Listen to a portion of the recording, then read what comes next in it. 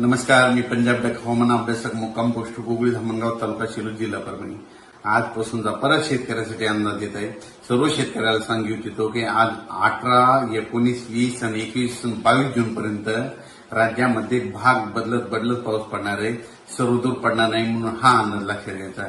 राज्यात एकंदरीत सांगायचं झालं तर राज्यामध्ये 23 जून पासून म्हणजे 23 जून ते 30 जून दरम्यान राज्यात विदर्भातून पावसाला सुरुवात होणार आहे आणि 23 जून पासून 23, 24, 25, 26 थोडा कमी प्रमाणात पाऊस राहील म्हणजे 25 जून पर्यंत.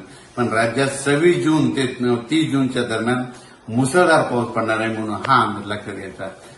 राज्यातील सर्व शेतकऱ्यांना सांगायचं झालं तर म्हणजे आता ह्या 22 जून पर्यंत म्हणजे आज 18, 19, 20, 21, 22 जून पर्यंत राज्यात भाग बदलत पडणार आहे.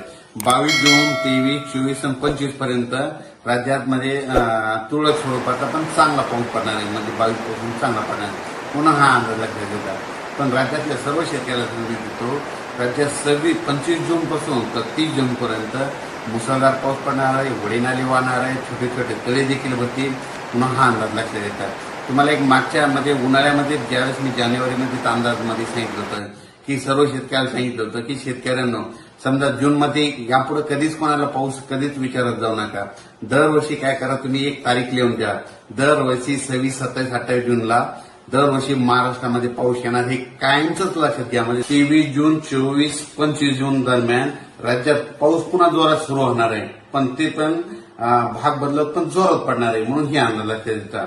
आणि 25 जून ते 30 जून मात्र राज्यात सगळीकडे म्हणजे वाहुने मुसळधार पाऊस पडणार आहे म्हणून हे अंदाज लक्षात घ्यायचा.